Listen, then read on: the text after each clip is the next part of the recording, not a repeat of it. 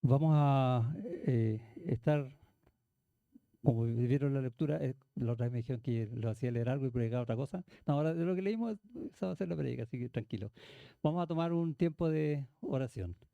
Gracias, Señor, te damos por tu bondad, por tu misericordia, por tu amor para con nosotros, también por tu palabra que enseña nuestros corazones. Y hoy queremos ir nuevamente a esa carta preciosa allá en Tesalonicenses, donde Pablo, o tú por medio de Pablo, enseñas a la iglesia, como aquella iglesia también hoy día, a nosotros tantas verdades que tenemos que poner en nuestro corazón y rogamos que en tu Espíritu Santo hagas eso hoy, en el nombre de Jesús. Amén. Eh, y estamos, se supone que este también está desenchufado, no está apagado acá entonces. Eh, el tema de hoy, dentro de la serie que se llama Constancia, la esperanza de nuestro Señor Jesucristo. ¿Sí? ¿Alguien tiene esperanza en el Señor Jesucristo? Toda, ¿cierto? Toda la esperanza en Él. Y el tema está en el capítulo 3 de la primera carta a los tesalonicenses y se llama La fe entre los hermanos. Siempre pensamos la fe en el Señor, ¿sí? La fe en la iglesia, pero hoy día le puse un nombre que puede sonar medio extraño, la fe entre los hermanos. Y vamos allá a la primera carta y vamos a releer el texto y vamos a estar solamente en los primeros 3 versículos.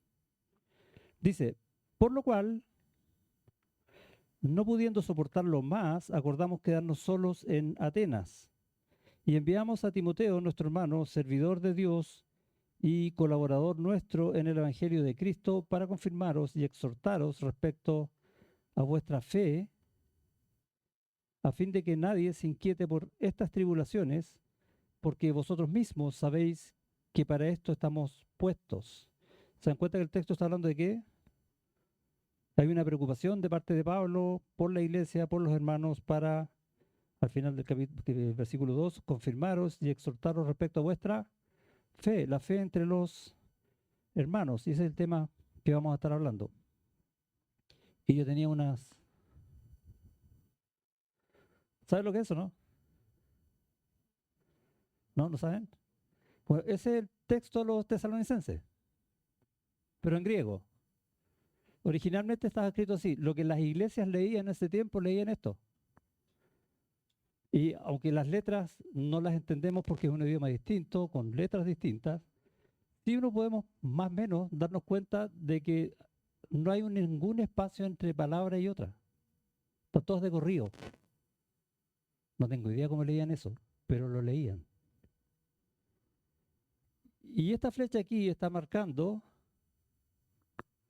esta es una delta, esta es una iota y esta es una omicron. Dio, por lo cual, primero los Tesalonicenses capítulo 3 versículo 1, aquí empieza. ¿Ya? Entonces, vamos a estar aquí, de aquí hasta aquí. ¿Fácil o no? No, difícil. Resulta que años atrás, y vamos a pasar a otra imagen, y estamos hablando de este primer hombre aquí, Stephen Langton, arzobispo de Canterbury, que había sido gran canciller de la Universidad de París, hizo la división del Antiguo y el Nuevo Testamento sobre el texto latino de la Vulgata de Jerónimo para dividirla en párrafos, perdón, capítulos. ¿Estamos? Ese hombre, Stephen Langton, dividió la Biblia en capítulos. ¿Qué versión de la Biblia? La Vulgata latina. O sea, era una Biblia que estaba en un latín común. Ahí hay el nombre Vulgata latina. Y eso fue en el año 1226. ¿Sabían ustedes eso, no? Gracias que lo dividió en capítulos porque nos ordena a nosotros, ¿o no? Y posteriormente, el otro caballero que está allá, que dice Robertus Stephanus, pero en rigor se llama Robert Estienne, francés, prestigioso impresor, realizó la actual división en versículos del Nuevo Testamento, aprovechando otra que había hecho un rabino, sobre el Antiguo Testamento, y eso fue en el año 1551, para que posteriormente, en 1555, se imprima la versión completa de la Biblia en capítulos, y en versículos. ¿Sí? ¿Cómo estaba la Biblia antes? ¿Vieron la imagen anterior? ¿Sí? Dóblete la imagen anterior. Estaba lento, ahí está. Antes estaba así. ¿Cuánto nos costaría memorizar versículos? ¿Sí? ¿Entender versículos? Difícil. Bueno, salvo que nos dediquemos a eso. Se podía. Ellos lo hacían. Y eran iglesias poderosas en la palabra del Señor con eso. Y nosotros tenemos una ventaja que tenemos ahora, la Biblia dividida en capítulos y en versículos, y nos es más fácil ordenarnos, buscar una porción bíblica porque sabemos dónde está. ¿Sí? ¿Quieres predicar el Evangelio? ¿Dónde vas a ir? Juan 3:16. ¿Qué hacían ellos? Por aquí está, ¿no? Bueno, y aquí viene toda esta introducción, que siempre son datos útiles de saber y de dar gracias al Señor por la facilidad que nos dio en este tiempo para leer, aprender, acostumbrarnos y memorizar las escrituras. Por lo cual, ¿se dieron cuenta de ese detalle, no? ¿Cómo empieza el texto? Por lo cual. ¿Por lo cual qué? ¿De dónde viene eso? Y nosotros diríamos del capítulo 2, ¿qué dirían ellos? Están leyendo acá y llegan al por lo cual. Mire, por lo cual todo eso le era más fácil. Y a veces, quizás por el hecho de que la división haya quedado a partir de una versión latina, no siempre nos vamos a encontrar con que un versículo termina dando una idea, sino que en el versículo que sigue, y a veces, como en este caso, en un capítulo distinto, continúa la idea anterior. ¿Y cuál es la idea anterior? ¿Qué había pasado en el tiempo anterior de la carta? Pablo estaba dando gracias a Dios por los hermanos de la iglesia, ¿cierto? ¿Y qué le estaba diciendo? Versículo 17. Hay un peso en el corazón porque ya estamos separados de ustedes y está mostrando su gran amor por los hermanos, que lo único que quiere es volver a verlos. Pero hay un problema. ¿Cuál es el problema? El clásico de todos los problemas, Satanás nos estorbó, final del capítulo 18. Y les dice, les hace una declaración a los hermanos, ¿quiénes son ustedes para mí? Son mi gozo. Estoy haciendo un resumen.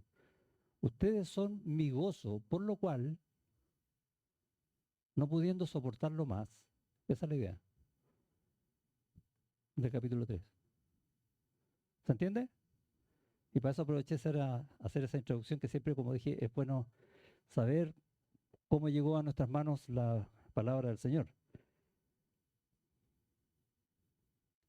El amor paternal de Pablo, el estorbo que era Satanás que quiso ser Satanás para la iglesia.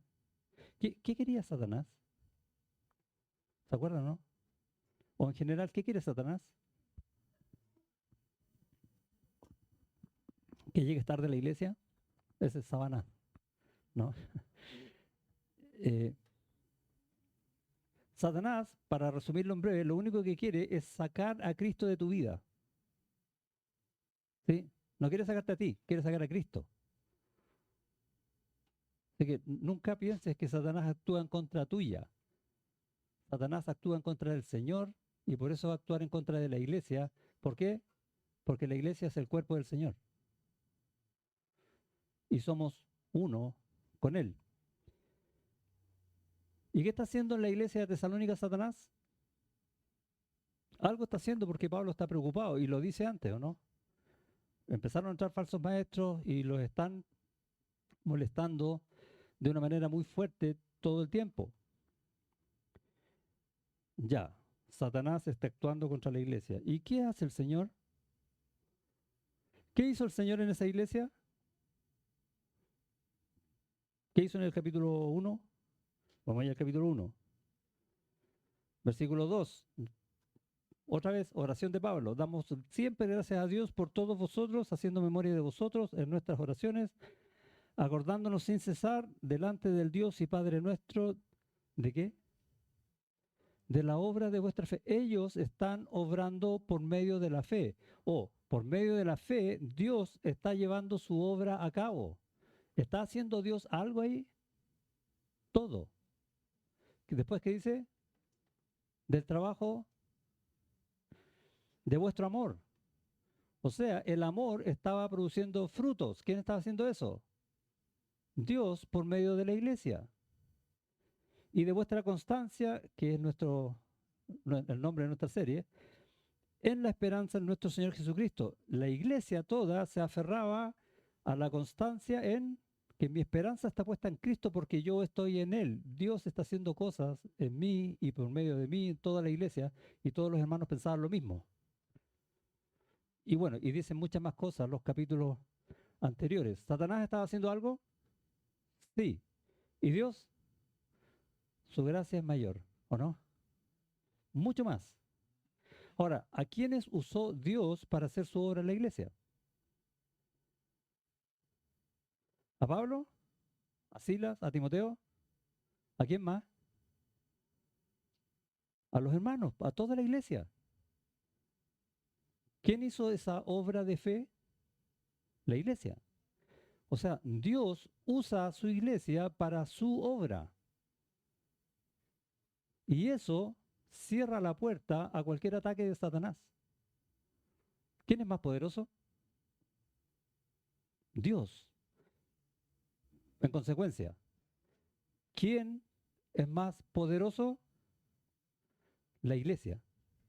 ¿O no? ¿De quién recibimos poder nosotros? ¿De Satanás o de Dios? Sí, de Dios. Tenemos más poder que Satanás. Debería verse. Pero ese es otro tema. ¿Ok? Usó a Timoteo, usó a Pablo. De hecho, a Timoteo ahora lo va a enviar. Pero también a los hermanos, a la iglesia. Y es una enseñanza para nosotros como iglesia. ¿Vamos a ser atacados por Satanás? Y lo hemos sido. Vamos a tener que cantar más seguido ese. Su gracia es mayor. Dependemos del Señor. El poder de Dios es mayor en nosotros. Por lo tanto, no debemos rendirnos, no debemos caer, ni debemos estar jugando con las cosas del Señor o pensando que mañana podemos hacer lo que dejamos de hacer hoy día. No, el alimento de la palabra, el alimento espiritual es diario. Y eso es lo que nos mantiene firmes. Ahora, Pablo en esta ocasión dice, por lo cual no pudiendo soportarlo más, y esa expresión es una expresión casi agónica de Pablo. ¿Cuántas cosas soportó Pablo en su vida? A mí hay pasajes que me quedan marcados. Por ejemplo, cuando él va a predicar a Listra, ¿sí? Lo apedrearon fuera de la ciudad y creyendo que estaba muerto, lo dejaron ahí. Y los compañeros de Pablo, viendo que no había muerto, lo ayudan a sanarse. ¿Y qué hace Pablo? Vuelve a entrar a la ciudad para seguir predicando el Evangelio. ¿Por qué? ¿Porque era porfiado? No, porque el poder de Dios es mayor y Dios lo estaba moviendo para ir a predicar el Evangelio y establecer iglesias en esos lugares. Pregunta, en esa situación, ¿cuánto estaba soportando Pablo? ¿Poco? ¿Mucho? ¿Más que tú? Ah, demasiado, ¿no? ¿Y cuánto estaba en Pablo moviendo la obra del Señor? ¿Con cuánto poder estaba haciendo lo que estaba haciendo? El poder es de Dios y nos usa a nosotros. Y a veces vamos a estar abrumados como estaba Pablo, pero creo muy difícil hoy al nivel que lo tuvo Pablo. Pero tendemos a flaquear, a dejarnos ganar con cosas más simples, a pelear, o sea, a perder luchas más pequeñas que la que estaba librando Pablo. Bueno, en este caso, habiendo él soportado una cantidad de cosas impresionantes, él ahora declara delante del Señor, porque está escrito en su palabra, yo no puedo más. Y uno podría imaginarse que se lo están comiendo los leones, ya se está hundiendo. ¿Qué está pasando? No. El amor por los hermanos lo tiene tan preocupado que ya no puede más. Y ese es el tema que quiero conversar con ustedes hoy. Por eso lo titulé La fe entre los hermanos. Cuando uno de nosotros cae o decae, ¿cuánto nos estamos preocupando el uno por el otro al punto de estar abrumados, como Pablo, por los hermanos en la iglesia? Es buena pregunta, ¿no? Y la respuesta es, mañana se la doy, pastor, voy a orar primero. Yo prefiero decirlo así, ¿no? Ser un poco honestos y decir la realidad. Menos mal que Dios eligió a Pablo y no a mí, porque yo no hubiese fallado antes de empezar el título de la primera carta a los tesalonicenses. Seamos honestos. Pero su gracia es mayor, el poder de Dios es mayor y Dios está transformando nuestras vidas. ¿Para qué? Para llegar a ser como Pablo, ¿o no? No, no, no. Para llegar a ser como Cristo. ¿Y cuánto soportó Cristo por amor a nosotros? ¿Cuánto? Toda la ira de Dios, toda la burla de todo el mundo, todo lo que se te ocurra imaginar y más. Lo que nadie puede soportar, Él lo hizo por amor a nosotros con el gozo puesto por delante. ¡Wow! Y el Señor quiere que nosotros seamos como Él. Así debemos amarnos los unos a los otros.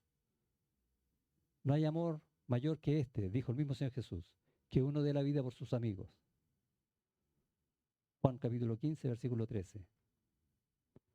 Y es lo que está pasando con Pablo acá. Y es lo que nos quiere enseñar hoy a nosotros.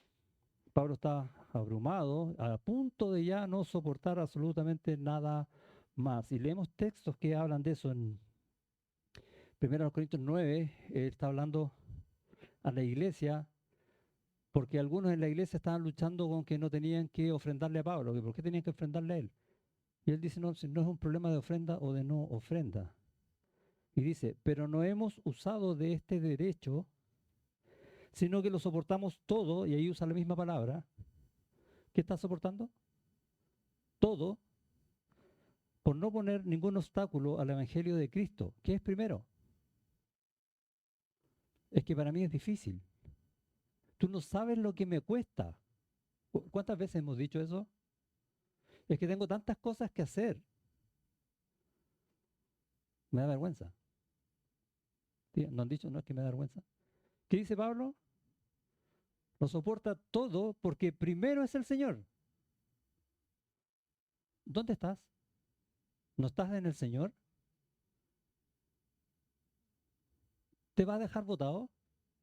No, Él te está usando para su obra. ¿Cuánto poder hay ahí? ¿Cuánto amor del Señor hay ahí? ¿De qué estás preocupado? ¿De cuánto me cuesta hacer las cosas a mí? ¿O de lo que está haciendo el Señor? Y eso es lo que está enseñando Pablo en este texto de 1 Corintios 9:12. O va a decir, texto conocidísimo, 1 Corintios 13. ¿De qué habla 1 Corintios 13? Del amor, ¿sí o no? El amor es, me empieza genial, sufrido. Ya no me gustó. Y en el versículo 7 va a decir, todo lo soporta. Y es la misma palabra. ¿Amas a alguien? ¿Estás orando por alguien? ¿Amas en el matrimonio a tu pareja? ¿Con cuánto amor? Al punto de soportarlo todo, porque ese es el amor del Señor. Y ese es el amor con que Él quiere que nos amemos los unos a los otros. ¿Sí? ¿Cómo nos vamos a amar nosotros aquí en la iglesia? Yo sé, tenemos que crecer en ese amor para entenderlo ese punto, pero ¿a qué queremos llegar? A amarnos de tal manera que tengamos que soportarlo todo por amor al otro en el nombre del Señor. ¿O no? Y a eso nos está llamando esta carta. Uno lee la carta, una historia bonita, pero fíjate lo que está enseñando Dios usando a Pablo en esta iglesia a nosotros hoy. Tenemos que crecer más. Siempre. Esto no se detiene. Soportarlo todo. Pablo había estado enseñando en esta iglesia por muy poco tiempo. Tuvo que salir por causa de Satanás. y vio que su ministerio fue cortado abruptamente. Y pienso yo que Pablo le hubiese gustado enseñar algunas cosas más. De hecho, vamos a ver en el capítulo 4 que va a enseñar algunas cosas más. Y estaba con esa intranquilidad, angustiado por querer hacerlo, y no podía. Angustiado por la necesidad que tenían los hermanos de estar firmes en el Señor. ¿Cuánto está preocupando Pablo por Pablo? Nada. Pablo siguió haciendo la obra, después fue a Berea, después fue a Atenas, después llega a Corinto, y estando en Corinto escribe esta carta. Y en Corinto tampoco lo pasó bien. Pero él estaba preocupado por ellos, no por los hermanos. Perdón, no por él mismo. Exactamente al revés. ¿Y qué cosa más pasaba con Pablo que estaba angustiado al punto de no soportar más? Bueno, sabía que Satanás estaba entrando por la puerta de la iglesia. Satanás nos estorbó. Satanás quiere hacer algo en esta iglesia. Y él lo sabía. Y uno lee más adelante en el versículo 7, en el capítulo 3. Por ello, hermanos, en medio de toda nuestra necesidad, o sea, ellos estaban en mucha necesidad, Pablo, Timoteo, Silas, y aflicción. ¿Cómo estaba Pablo? ¿En qué playa? En la playa de la aflicción. Ahí estaba, pasándolo mal. Fuimos consolados de vosotros por medio de vuestra ofrenda. No, no. Fe. La fe entre los hermanos es la que sostiene a los hermanos. Entonces no es tan raro ya el título, ¿sí? Ahora me calza.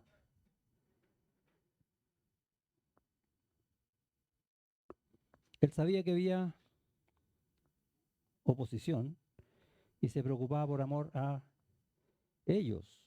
De hecho, esto mismo él lo va a hablar años después, cuando esté en la cárcel y vaya a escribir una carta a la iglesia de Éfeso y les dice en el capítulo 6, versículo 10, por lo demás, hermanos míos, fortaleceos en el Señor.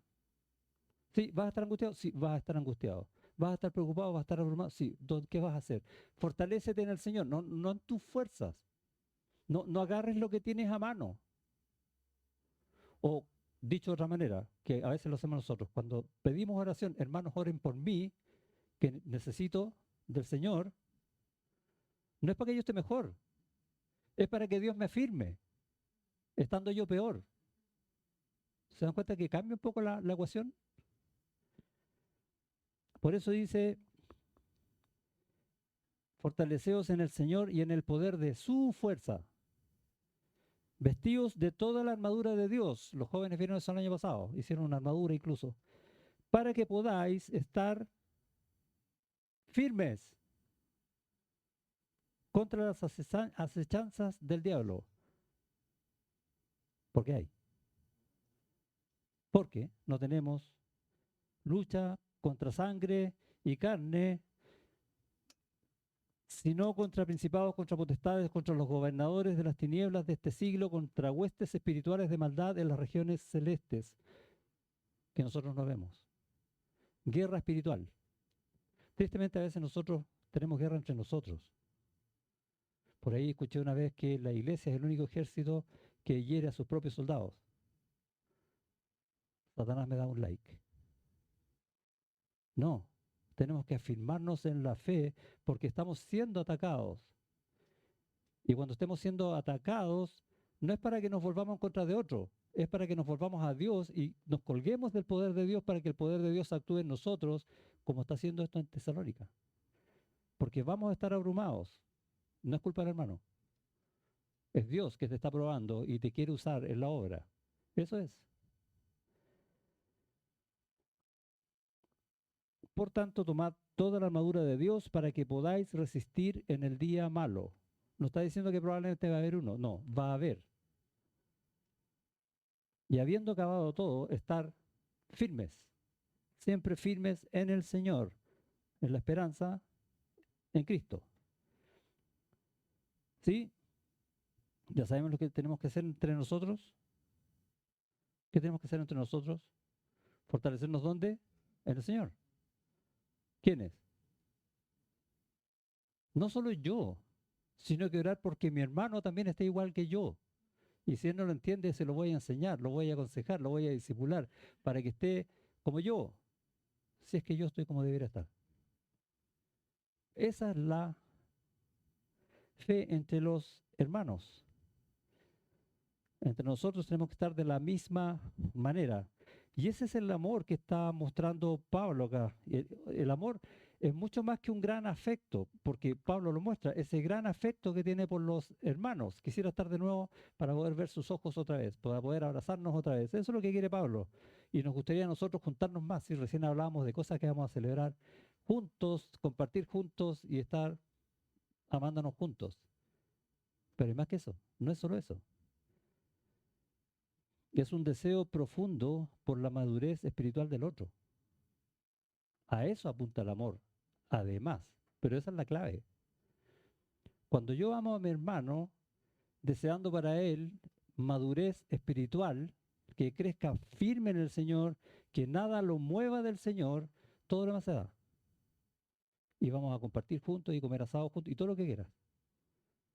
Pero la gracia y el gozo de ese amor es que ese hermano nunca se va a mover de las cosas del Señor. Y eso a su tiempo, aunque haya sido yo, por ejemplo, quien lo haya discipulado, para que llegue a ese nivel de espiritualidad, me va a apoyar a mí cuando yo esté mal. El que aprendió a ser consolado va a ser capaz de consolar al otro. Segunda carta a los Corintios. Entonces tenemos que amarnos como al nivel de que el hermano crezca espiritualmente. Y es lo que enseña la carta a los Efesios. Tenemos que ayudar a los hermanos a ser fieles. ¿O no? ¿Quieres ser fiel? ¿Es lo que más anhela tu corazón? Yo quiero ser fiel al Señor.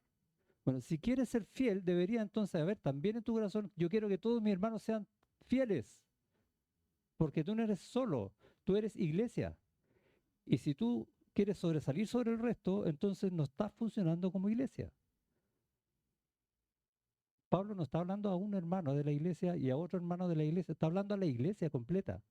Y el amor que nos debe mover a todos nosotros es que todos nosotros queremos lo mismo, esa misma bondad, ese mismo poder, ese mismo amor de Dios en todos nosotros, no solo en mí. Y si hay algo en mí que pudiera destacar, quiero que lo tengas tú. Ese es el amor que está mostrando Pablo. Hacia allá apunta la madurez espiritual, ser fieles en Dios, ser fieles a la palabra de Dios. En Efesios capítulo 4, cuando habla del propósito de Cristo en la iglesia, dice, a fin de perfeccionar a los santos, o sea, los hermanos de la iglesia, para la obra del ministerio, para la edificación del cuerpo de Cristo. Y no está hablando de construir paredes, está hablando de que crezcamos nosotros. Nosotros somos el cuerpo de Cristo. ¿Cómo tenemos que crecer? Ahí le responde, hasta que todos lleguemos a la unidad de la fe y del conocimiento del Hijo de Dios. Unidad en eso. A un varón perfecto a la medida de la estatura de la plenitud de Cristo. Ese es el propósito por el cual Dios te salvó. Él quiere eso de ti, el que comenzó la buena obra en ti y va a ser fiel en completarla hasta el día de Jesucristo. Que tú llegues a ser como el varón perfecto, como Cristo. Y Dios tiene el poder de hacerlo y Dios en su poder te dio todo para que tú puedas hacerlo. Y si nosotros podemos hacerlo, ¿cuánto más tenemos que ayudarnos unos a otros para lograr hacerlo? ¿O no? Es que este domingo yo no puedo ir. Reunión de varones. Tuvimos reunión de varones espectacular ayer. Pero nunca vienen todos.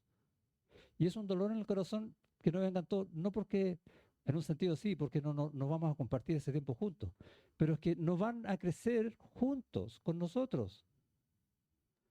Ese es el dolor. ¿Por qué yo me voy a restar de algo a lo que Dios me está llamando? ¿Quieren ponerle un nombre a eso, no? ¿No? Empieza con P, termina con K. Y hacemos muchas veces eso pensando que no es. Que yo puedo darme ese lujo porque yo soy salvo, Dios me salvó Y nada me quita la salvación, nada me separará del amor de Dios, ¿sí o no? Y voy a estar con Él en el cielo para siempre. Gracias, Señor, y ahora voy a hacer lo que a mí se me ocurra. ¿No leíste la Biblia? Pablo dice que no es así la cosa, que necesitamos ejercitarnos la fe unos con otros, porque Dios no te salvó para que llegues al cielo. Dios te salvó para que seas como Cristo. Y para que seas como Cristo, tienes que ser salvo. La salvación no es tu premio. Tu premio es Cristo. Y cuando digo tú, es toda la iglesia. Yo tengo que pensar eso de todos mis hermanos. Así como es mi premio, también es tu premio. Y yo quiero que lo alcances. Prosigo la meta, ¿sí? Hasta alcanzar el supremo llamamiento, ese premio que nos da Jesús. Eso dice Pablo allá en Timoteo. O Filipenses, siempre me confundo las cartas, pero lo dice. La pregunta que tenemos que respondernos hoy día es, ¿cuán preocupado estás por eso? A lo mejor no estabas preocupado por eso. A lo mejor el Señor, por medio de este texto, te está abriendo los ojos hoy día para decir, ah, es algo de que yo realmente debería preocuparme. ¿Cuán preocupado tienes que estar por eso? Es toda nuestra vida, ¿no? Es como la gran preocupación que debiera haber en nuestra vida. ¿Y hasta qué punto yo debiera preocuparme por estas cosas? Replanteo la pregunta. ¿Cuánto estás dispuesto a sacrificarte, a angustiarte, a pasarlo mal, para que tu hermano tenga todo del Señor? Esa es la meta. ¿No fue eso lo que hizo Cristo en la cruz por nosotros? Eso es lo que quiere de nosotros. ¿Podemos hacerlo? Su gracia es mayor, ¿o no? No es cantarlo solamente. Tenemos que empezar a vivirlo. Es tener en una balanza lo que yo quiero dar, hablando de la iglesia. Ya está la iglesia de la reina, bonita la iglesia de la reina, bonitos los hermanos, nos juntamos. ¿Qué quiero dar yo a la iglesia? Versus, en el otro lado de la balanza, ¿qué es lo que necesitan los hermanos en la iglesia? Y hay diferencia, ¿no? Puede que haya y mucha. ¿De qué tengo que preocuparme? ¿Qué es lo que yo quiero dar a la iglesia? ¿O qué es lo que los hermanos necesitan en la iglesia? ¿Cierto que sí? Son los hermanos, no soy yo. Dios me va a usar a mí por ellos, por amor a ellos, y de esa manera se perfecciona mi amor al Señor. Ahora, ¿me puedo hacer el leso? No, si yo igual voy a la iglesia y ayudo y trato de servir, etcétera, y trato de leer la palabra, hay que leer por lo menos un capítulo al día, ¿cierto? Y ahí estamos leyendo un capítulo al día, luchando con hacer los devocionales diarios. Ojo, devocionales en los que toda la iglesia está leyendo el mismo texto para que Dios hable a los corazones de toda la iglesia lo que Dios quiere que la iglesia sepa. No es un devocional solo para mí. No hay pensado eso, ¿no? Pues si no tenemos un devocional para cada uno, lo buscamos donde sea. Voy a hacer este devocional, voy a hacer este otro devocional. No, no, es un tema de iglesia, es un tema de un cuerpo, el Cristo, para que Cristo trate con esta iglesia. Es más que yo.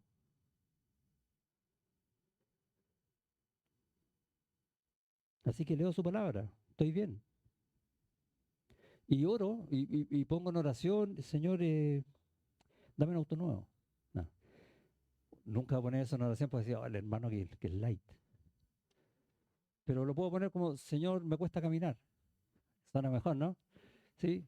No, este auto está gastando mucho y tú sabes mis finanzas, Señor, dame el auto nuevo. Po.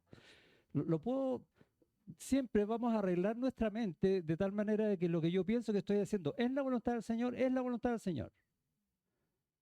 Pero si yo leo la Escritura y el Señor me está llamando a una cosa nada que ver, debería darme cuenta de que estoy perdiendo el tiempo con las oraciones que estoy haciendo delante del Señor. Y casi lo estoy menospreciando. Buscad primeramente el reino de Dios y su justicia, y todas las cosas os serán añadidas. ¿Cuál es el auto nuevo? Bueno, si es que el Señor quiere darte, te lo va a dar igual, aunque no lo pidas. ¿O no? Porque tú estás buscando primeramente el reino de Dios y su justicia. Y si no te lo da es porque no te conviene tenerlo. Dios sabe mejor que tú. No luchemos por las cosas. Y nos cuesta, porque las cosas son las que con las que más interactuamos todos los días, ¿no? Bueno, cambiemos eso por interactuar más con el Señor todos los días, para entender realmente cómo es el enfoque. Y las cosas que decimos, o que pensamos y no las decimos, pero Dios sabe, es omnisciente, ¿recuerda? Es como que las dijéramos delante del Señor. Son palabras nuestras que quedan mientras vivimos en este mundo. ¿Y qué dice el Señor? Es mi palabra, porque la palabra de Dios es viva y eficaz, ¿recuerda? Esa es la que deberá moverte. Y no solo moverte, sino que dice, y más cortante que toda espada de dos filos. O sea, va a entrar, ¿hasta dónde? Y penetra hasta partir el alma y el espíritu y las coyunturas y los tuétanos y discierne los pensamientos y las intenciones del corazón. ¿Qué tienes oculto al Señor? ¿Puedes ocultarle algo, Señor? ¿Estar jugando con que yo creo que es lo correcto? No, pero el Señor igual me va... No, si el Señor me va a bendecir con esto. ¿Qué crees tú que piensa el Señor de eso? ¿Qué estás haciendo con la cruz de Cristo? Y sigue el texto. Y no hay cosa creada, nosotros por ejemplo, que no sea manifiesta en su presencia. Antes bien, todas las cosas están desnudas y abiertas a los ojos de aquel a quien tenemos que dar cuenta. O sea, un día vamos a dar cuenta por todas estas cosas, las que no son. Seguramente la iglesia nadie va a saber, pasó piola, pero no para el Señor. Y la va a cobrar. Porque el Señor no es eso lo que quiere, el Señor quiere a su iglesia.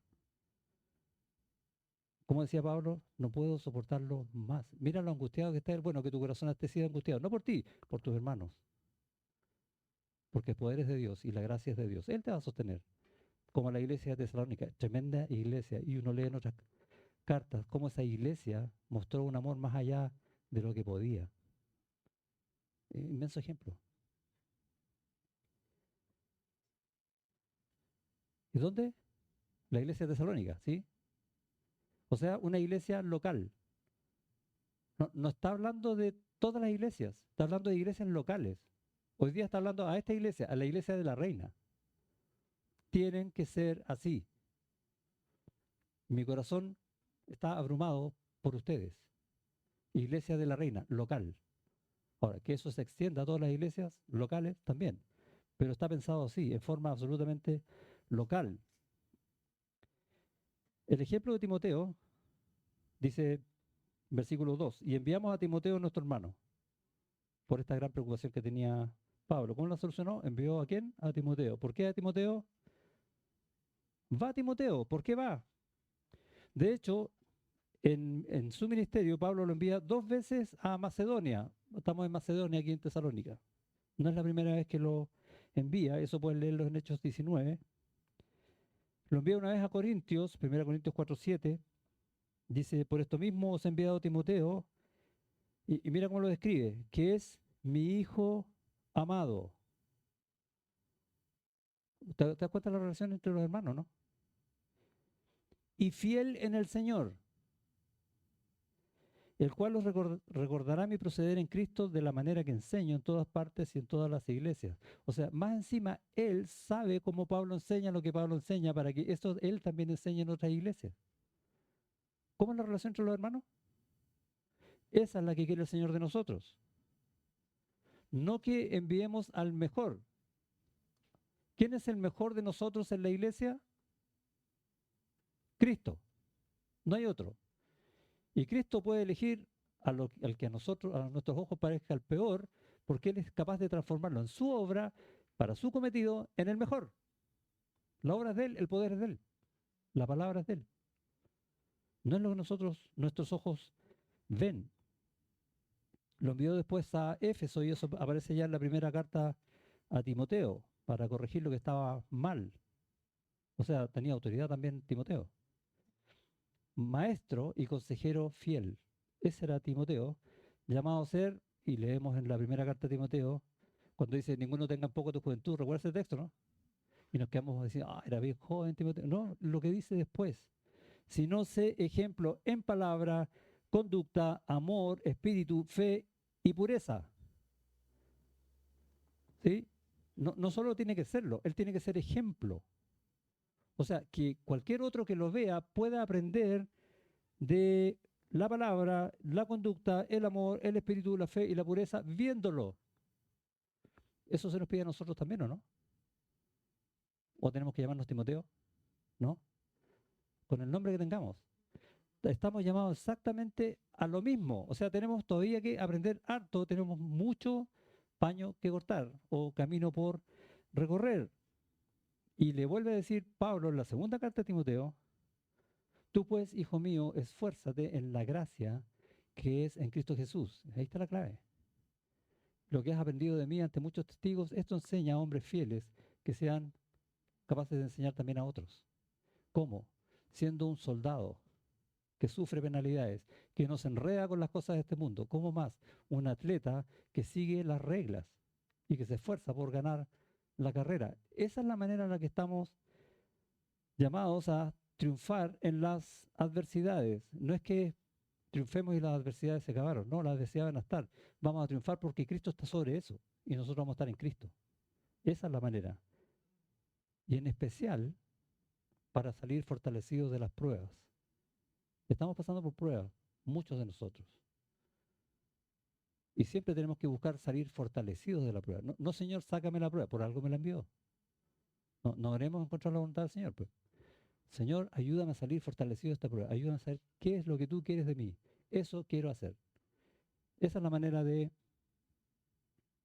salir fortalecido de las pruebas. ¿Cómo lo hacemos? Juntos, pero no revueltos, no. Toda la iglesia tenemos que estar preocupados de toda la iglesia para poder ir adelante en eso. Pablo en Gálatas va a decir, Gálatas 6:2, sobrellevad los unos las cargas de los otros y cumplid así la ley de Cristo. ¿Cuál es la ley de Cristo? Amaos los unos a los otros como yo os he amado. ¿Quieres amar a tu hermano? Lleva su carga. ¿Sí? No, yo amo a mi hermano. ¿Y ahí dónde está su carga? Ah, no tengo idea cuál es. No, eso no es amar al hermano. ¿Han visto las oraciones que pedimos en los días jueves, sí? ¿Quién llamó a alguien en la semana para ver cómo estaba? No se amontonen, por favor. ¿No? Aprendamos a llevar las cargas los unos de los otros. A eso estamos llamados. Esa es la manera que podemos vivir en la fe entre los hermanos, entre nosotros. Todos tenemos cargas, ¿o no? ¿Quién no tiene cargas aquí? Todos tenemos. Y a veces las cargas son muy difíciles. El Señor sabe. Nunca nos va a poner una carga imposible.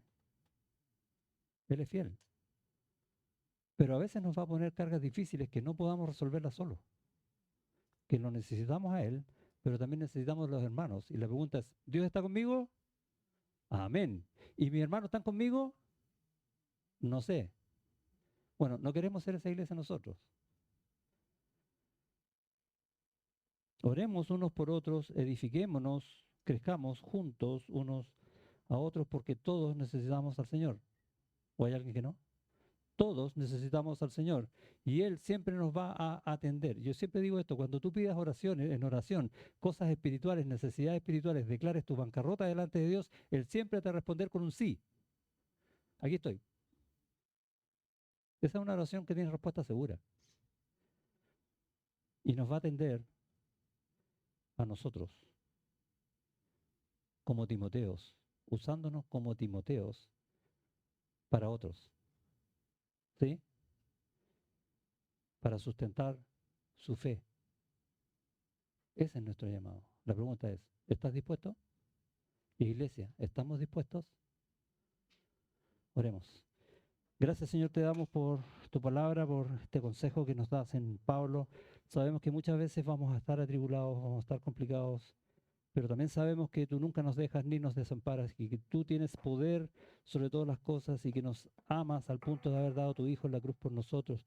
¿Cuánto más podemos esperar de las pequeñas cosas que podemos estar sufriendo en nuestra vida? Ayúdanos a enfocarnos no en las cosas que son pasajeras, ayúdanos a enfocarnos en las cosas que son eternas, en el amor de verdad, en nuestros hermanos que son tan eternos como yo en Cristo. Ayúdanos a enfocarnos en esas verdades, ayúdanos a crecer como iglesia en la fe entre los hermanos. En el nombre de Jesús. Amén.